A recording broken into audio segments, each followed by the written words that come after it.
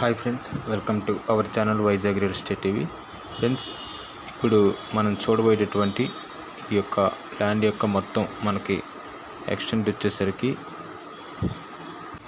2 acres కలిగినటువంటి ఈ యొక్క ఇది అగ్రికల్చర్ ల్యాండ్ అయి ఉన్నది 2 years బ్యాక్. అయితే ప్రస్తుతం అయితే ఇందులో ఎటువంటి పంటను అయితే చేయటం లేదు. ఎందుకంటే ఈ యొక్క ల్యాండ్ అనేది చౌడు నేల అవ్వటం వల్ల, అంటే ల్యాండ్ మొత్తం కూడా కృంగిపోవడం అనేది జరిగింది ఒక 1/2 acre పాటు.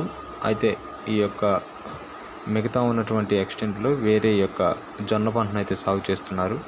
అయితే ఈ యొక్క 1/2 acreలో అయితే ఎటువంటి పంటను అయితే వేయటం లేదు.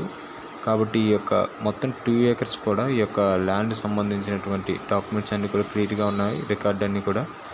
అయితే ఈ యొక్క ల్యాండ్ కలిగినటువంటి ఓనరు ఈ యొక్క ప్రాపర్టీని అయితే 2 acres ప్రాపర్టీని అమ్మాలని నిర్ణయించుకుంటున్నారు. కాబట్టి మీరు ఎవరైనా తీసుకోవాలనుకున్న వాళ్ళు, ఇంట్రెస్ట్ ఉన్న వాళ్ళు మెయిల్ చేయండి. మన channel mail ID Vizag real estate TV 123@gmail.com. Friends, ఈ యొక్క ల్యాండ్ మనకి ఎక్కడి నుంచి పంపించడం జరిగిందంటే ఇది రోకొండ మండలం, కోనాపురం విలేజ్, అనంతపురం డిస్టిక్. ఈ యొక్క ల్యాండ్ యొక్క రేట్ వచ్చేసరికి మనకు కరెక్ట్గా 1,60,000 రూపాయలుగా ఉండి అన్నది.